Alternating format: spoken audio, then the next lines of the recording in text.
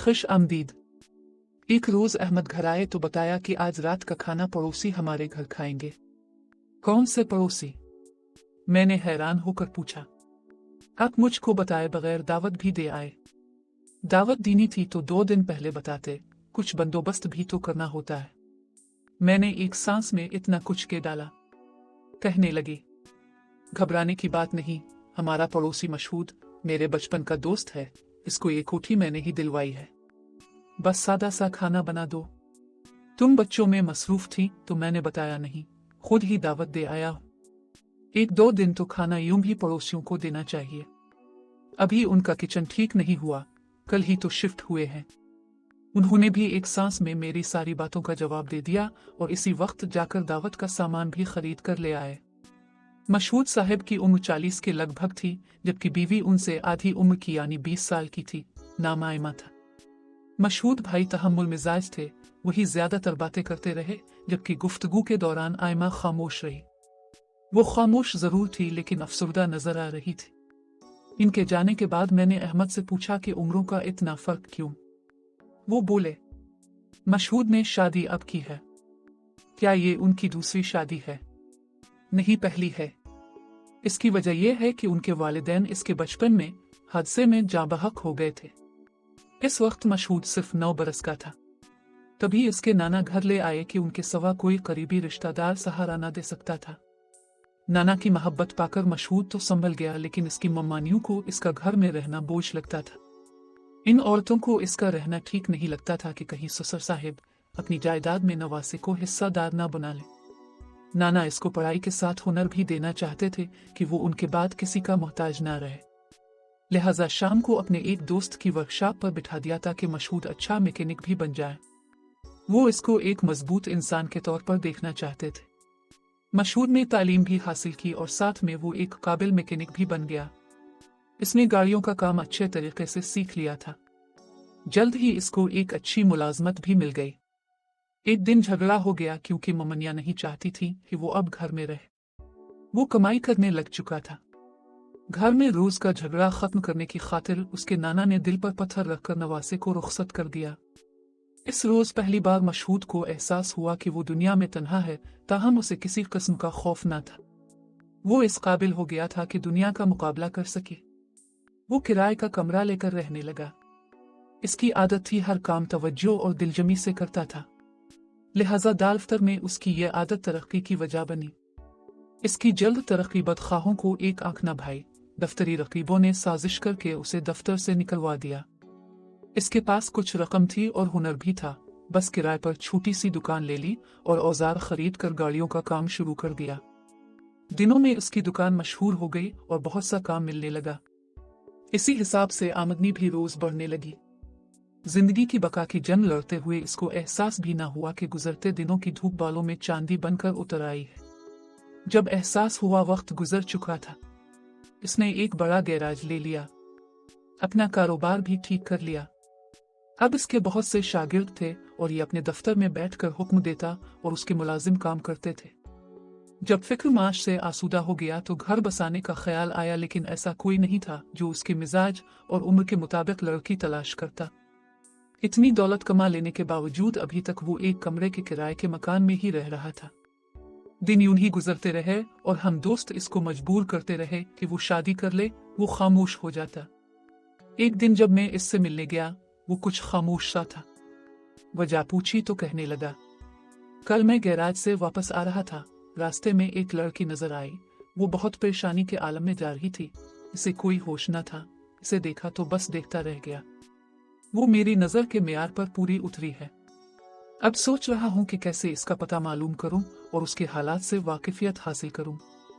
इसकी कैफियत अजब थी। जितनी देर उसके पास बैठा रहा, वो इसी लड़की के बारे में बात करता रहा। वो मुस्तकिल इस लड़की को हासिल करने की उलझन में गिरफ्तार था। मेरे सिवा किसी को नहीं बताता था कि मसला क्या है। एक दिन इसने बताया कि आज मेरा फिर इस लड़की से सामना हो गया है। मैंने इसको सलाम किया। वो मुस्कुरा दी। इसकी मुस्कुराहट में बड़ी थकन थी, मगर मुझे उम्मीद की किरण दिखाई दी। आज मैं बहुत खुश हूं। एक दिन वो मेरे पास आया और इसरार करके अपने साथ ले गया। इस जगह जहां से वो लड़की रोज मुकर्रर वक्त पर गुजरती थी, सो हम उसके पीछे गए। करीब ही इसका घर था। इसका घर मालूम करके मेरा दोस्त बड़ा खुश था। दरअसल वो बुरी नीयत से इसका पीछा ना कर रहा था, शादी करना चाहता था। मैंने समझाया कि अपनी मुलाजमा को इसके घर भेजकर पहले हालात तो मालूम कर लो। मशहूद ने बात मान ली। इसकी मुलाजमा समझदार और जहांदीदा थी। वो इस लड़की के घर गई और बातों बातों में कुछ हालात मालूम कर लिए। लड़की ने बताया कि इसके माँ बाप वफात पा चुके हैं और वो अपने मामू के पास रहती है। मामा इसका नशा करता है और वो खुद स्कूल टीचर है। सारी तनख्वाह मामा ले लेता है। रकम ना दे तो मारने पर आ जाता है। लड़की का नाम आयमा था। बहुत शाइस्ता थी। इसने तमाम बातें मशहूद को बताएं। मशहूद ने इसे समझाया कि अम्मा रहमा, तुम मेरी हर बात उसे साफ साफ बता दो, फिर इसका फैसला पूछ लेना। जो वो कहेगी वैसा कर लेंगे। यूं मुलाजमा की वजह से मशहूद की मुलाकात आयमा से हो गई। लड़की भी खरी और साफ गो थी। इसने बताया कि मामा जी के सिवा मेरा इस दुनिया में कोई नहीं है। बेशक वो मुझसे तनख्वाह ले लेता है, लेकिन भेड़ियों के इस जंगल में मैं मामा जी की वजह से महफूज हूँ। उनके घर को छोड़ दो तो कहाँ जाऊंगी। मशहूद ने भी अपने बचपन से लेकर अब तक के तमाम हालात आयमा को बता दिए और कोई बात पोशीदा ना रखी। आयमा को मशहूद अच्छा लगा। यूं उन्होंने बाहम रजामंदी से शादी का फैसला कर लिया। वो दोनों आपस के सलाह मशवरे से कुछ सामान खरीद रहे थे कि आयमा के मामा जी ने उनको साथ शॉपिंग करते देख लिया और वो आयमा को बुरा भला कहता हुआ अपने साथ घर ले गया। आयमा ने अगले रोज बताया कि घर ले जाकर मामा जी ने बहुत मारा। इसने हर बात उनको बता दी है। अब अगर शादी होगी तो उनकी मर्जी से ही होगी। आपको उनसे मुलाकात करनी होगी और मामा जी को राजी करना होगा। दूसरे रोज मशहूद ने अपनी मुलाजमा को मामा के पास भेजा। मैं कुछ शराइत पर आयमा को तुमसे शादी की इजाजत दे सकता हूँ। मशहूद मुलाजमा के हमरा इस शख्स से मिला। इस आदमी ने कहा कि 2 शर्तें हैं, पूरी कर दो तो मैं अपनी भांजी का रिश्ता दूंगा। अव्वल, जिस घर में हम रहते हैं ये गिरवी है, इसका पैसा भरकर गिरवी से छुड़ा दो। दूसरी शर्त यह है कि आयमा अगर शादी के बाद मुलाजमत जारी रखेगी तो आधी तनख्वाह मेरे गुजारे के लिए मुझे देगी। अगर मुलाजमत नहीं करेगी तो तुमको हर माह गुजारे लायक खर्चा मुझको देना होगा, क्योंकि मैं कमाने से कासिर हूँ। मशहूद ने दोनों शर्तें खुशी से मान ली। यूं उनकी शादी हो गई। कुछ माह बाद ही मामा जी को लगा कि रकम कम है। वो मशहूद के सर हो गया कि खर्चे में इजाफा कर, पूरी नहीं पड़ती है। मशहूद ने रकम बढ़ा दी। इसके बाद तो इस बंदे को रकम बटोरने की आदत पड़ गई। वो थोड़े थोड़े दिनों बाद रकम मांगने आ जाता। मामू की इस हरकत पर आयमा को अपने शौहर से शर्मिंदगी होती। वो मना करती कि अब और रुपए इनको मत दो, मगर वो बीवी के कहने की परवाह न करता और रकम दे देता। वो जिस कदर उसकी जरूरतें पूरी कर रहा था, इस शख्स के मुतालबे बढ़ते ही जा रहे थे। आखिरकार मशहूद तंग आ गया। इसने वो घर फरोख्त कर दिया और हमारे घर के बराबर वाला बंगला खरीद लिया है। अहमद ने यहाँ तक बात खत्म करके कहा कि अब तुम आयमा भाभी से मुलाकात करती रहना। इसकी शादी को 1.5 साल हुआ है और वो अकेले इतने बड़े घर में रहने से घबराती है। मुलाजमा तो अपने कामों में लगी रहती है। यूं मैं अक्सर इससे मिलने चली जाती। आयमा अपने घर में बहुत खुश थी, लेकिन कभी कभी वो बुझी बुझी और उदास लगती। एक दिन मैं गई तो देखा कि आयमा ने मैले कपड़े पहन रखे हैं। मैंने वजह पूछी तो बोली, किसके लिए अच्छा लिबास पहनूं? मशहूद को तो अपने कारोबार से ही फुर्सत नहीं है। वो ज्यादा वक्त अपने गैराज को देते हैं। घर आते हैं थके मांदे, मेरी जानिब तवज्जो ही नहीं करते। मैंने इसे समझाया, मशहूद भाई नेक हैं, पुख्ता उम्र और सुलझे हुए, हर वक्त तुम्हारे पीछे फिरते और मोहब्बत जतलाने को ठीक नहीं जानते होंगे। मोहब्बत तो इंसान के दिल में होती है, बाकी हर तरह से तुम्हारा ख्याल रखते हैं। तुम बदगुमानी में ना पड़ो। मेरी बातें आयमा ने खामोशी से सुनी मगर कुछ ना बोली। काफी दिनों बाद मैं दोबारा इसके पास गई। वो पहले से भी ज्यादा बुझी बुझी थी। इस बार उसने मशहूद के बारे कोई बात ना की। इसके बाद मैंने मशहूद भाई से बात की। इनसे कहा कि आप आयमा का ख्याल रखा करें। वो सारा दिन अकेली घर में पड़ी आपका इंतजार करती रहती है और अब रात को आकर सो जाते हैं। इसको कहीं घुमाने फिराने भी लेकर नहीं जाते। उन्होंने मेरी बात गौर से सुनी और उसके बाद वो हर जुमा को उसे बाहर घुमाने फिराने लेकर जाने लगे। शादी को 5 बरस का अरसा गुजर जाने के बावजूद उनके यहाँ अभी तक कोई बच्चा ना हुआ था। एक दिन अहमद बहुत परेशान घर में दाखिल हुए। कहने लगे, क्या तुम आयमा भाभी के पास जाती हो? तुमने वहां कोई खास बात नोट की है? मैंने बताया कि कोई ऐसी बात नहीं देखी, सब मामूल के मुताबिक था। क्या कोई परेशानी वाला मामला है? कहने लगी, हाँ, परेशानी वाला मामला तो है। मशहूद जैसा समझदार और साबिर आदमी बीवी को तलाक देना चाहता है। वो बहुत परेशान है। तुम जरा आयमा भाभी के पास जाओ और पता करो क्या बात है। दूसरे दिन मैं आयमा के पास गई। वो बनी ठनी और बहुत खुश नजर आ रही थी। हल्के मेकअप में ज्वेलरी पहने बहुत खूबसूरत लग रही थी। इस रूप में आयमा को देख मैं खुश हो गई कि वो फिर से अपने घर में खुश नजर आ रही है। पिछले दिनों तो बहुत बदहाल लगती थी। अभी वहां बैठी थी कि दरवाजे पर दस्तक हुई। गैराज से लड़का रोटी लेने आया है, मुलाजमा ने बताया। मैंने देखा कि आयमा के चेहरे पर रौनक आ गई। वो टिफिन उठाकर खुद दरवाजे पास लड़के को खाना देने चली गई। जब काफी देर हो गई तो मैं उठकर जाने लगी, तभी मुलाजमा ने मुझे कहा, जरा ठहरिए, मैं जाकर देखती हूँ। मुलाजमा ने मुझे रोक लिया और खुद दरवाजे की तरफ चल दी। ये देखकर मैं परेशान हो गई। अब समझ में आया कि कुछ और मामला है और मेरे शौहर क्यों परेशान थे। जरा देर बाद मुलाजमा आ गई। इसके चेहरे पर घबराहट थी। मैं जाने को हुई, दरवाजे तक पहुंची ही थी कि आयमा अंदर आ गई। इसरार करने लगी कि बैठो, मगर मैंने माजरत कर ली कि बच्चे स्कूल से आने वाले हैं और मुझको देर हो रही है। शाम को अहमद आए तो मैंने उनको तमाम सूरत हाल से आगाह किया और पूछा कि क्या मामला है। वो बोले, पिछले दिनों मशहूद ने कारोबार बढ़ाया तो इसको संभालने के लिए एक नौजवान की जरूरत थी। उन्होंने फरहान नामी लड़का मुलाजिम रख लिया। वही दुकान से रोज खाना लेने आता, कुछ दिनों से देर कर देता था। उन्होंने पूछा क्यों देर हो जाती है। फरहान ने जवाब दिया कि जब मैं जाता हूँ खाना तैयार नहीं होता, घर से मुझे इंतजार करने को कहा जाता है तो मैं वहां इंतजार करने बैठ जाता हूँ। मशहूद को कोई शक ना हुआ। इसने घर आकर मुलाजमा से पूछा। वो बोली, साहिब जी, खाना तो वक्त से पहले तैयार हो जाता है, जब लड़का आता है टिफिन तैयार होता है। ये बात मुलाजमा ने इस वक्त कही जब आयमा वॉशरूम में थी। मशहूद को आयमा पर तो शक न हुआ, लेकिन मुलाजिम उसकी नजर में मशकूक हो गया कि वो खाना लेने के बाद कहीं अपने किसी काम से निकल जाता होगा। 2-3 बार की तंबी के बावजूद लड़के को आने में ताखीर होती रही तो मशहूद ने सोचा मालूम तो करूं क्या मामला है। उन्होंने जब इसका पीछा किया, देखा कि इसकी बीवी टिफिन हाथ में लिए घर से बाहर निकली और पास बनी बैठक में चली गई जहां फरहान बैठा था। मशहूद काफी देर बाहर इंतजार करता रहा।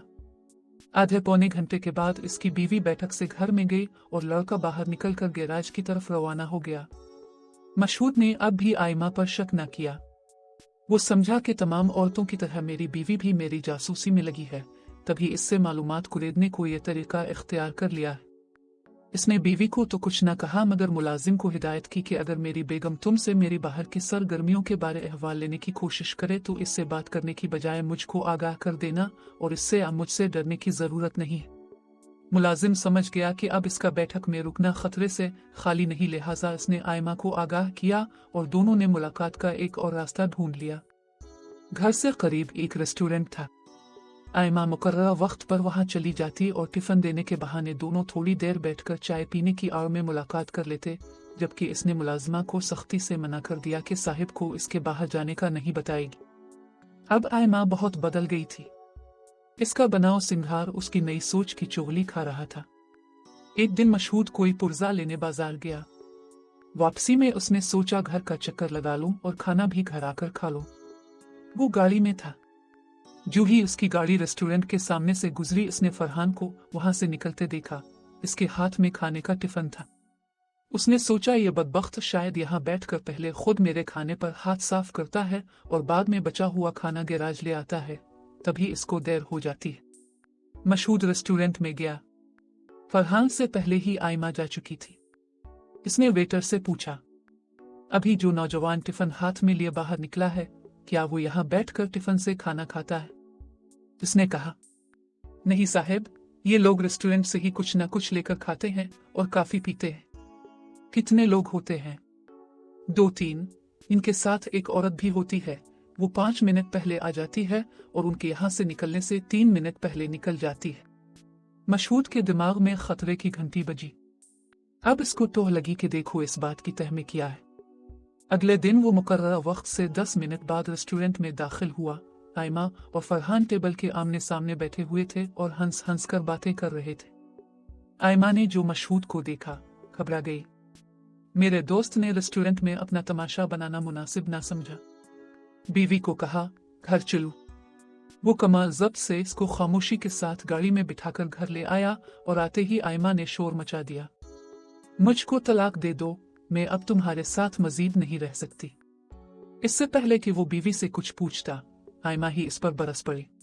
वो बोला, अभी तो मैंने तुमसे कुछ बात नहीं कही और तुम तलाक मांगने लगी, जबकि पहले तुम कहती थी कि मैं तुम्हारे घर से मरकर ही निकलूंगी और अब ये बात कह रही हो।